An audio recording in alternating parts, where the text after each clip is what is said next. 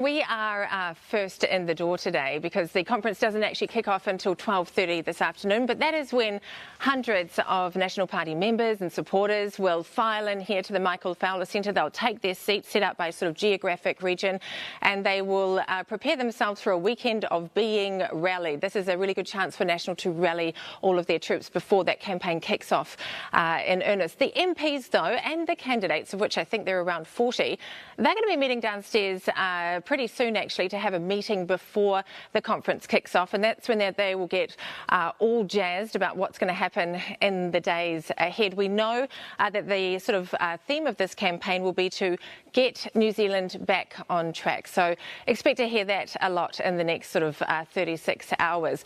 Christopher Luxon, though, the leader, he will be the headline act. That'll be tomorrow. He's going to come in here. He's going to, you can probably see behind me, stand up on the stage, quite a corporate feel. He'll have the auto cues, and he will address the party, but he will also be addressing voters. And we expect him to focus on two big areas for the National Party, which is the economy and law and order. He will tell New Zealand that crime is out of control. We're expecting policies in those areas too. We're not certain, but we're expecting perhaps policy in the economy area and also in the law and order area. That is the areas that National thinks are a priority for Kiwis. We have seen today, this morning, as we're sort of standing here getting ready, that he may enter to some sort of sexy jazz music. But this, Simon, is a really important chance, actually, for Christopher Luxon to connect with New Zealand voters again. We know that he's been struggling to do that, so I'm expecting him to talk about his values,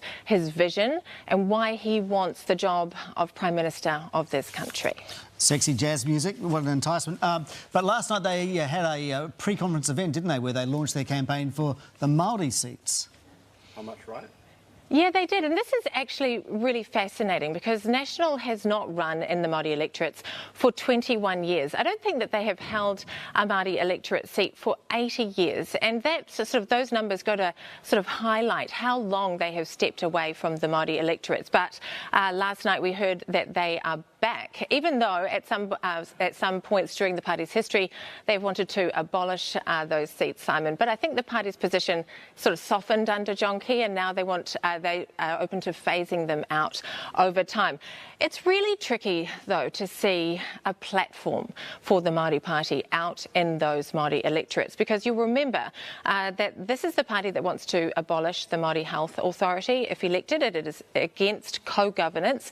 It doesn't think government departments should be named in Te Reo. And it's also not a fan, I don't think, of bilingual road signs, so it was hard to work out where exactly we ended up in that debate. And National does not appear to have any sort of big tentpole Māori policy that it can bring to those Māori electorates. Instead, it seems to be that it'll try and bring those Māori voters into the National tent. I think that this has come about because of criticism over the lack of diversity in the Māori Party. This is an answer to that. It's something certainly that the party can point to when it gets those criticisms, you know, if they happen in the future. Yep. It can say, well, we're running in the Māori electorates. But yeah, this is an unusual move. So given everything that you just outlined, just quickly, how are they expected to go? Well, it's going to be really tough out there. And they're running two candidates in Te Tauhou Uru, where last election the party got to 784 votes. That is tiny for a major party here in New Zealand. And they're running in Tamaki Makaurau too, also going to be really tough for them. The National Party got just 3.4% of the Māori vote in those Māori electorates last election. So this is a really big hill for them to climb. And more broadly, I think that this is going to be just a really tough election. It is going to be a grind all the way for the next 112 days. That is the sense that I'm getting at the moment down here in Wellington from both parties. And I was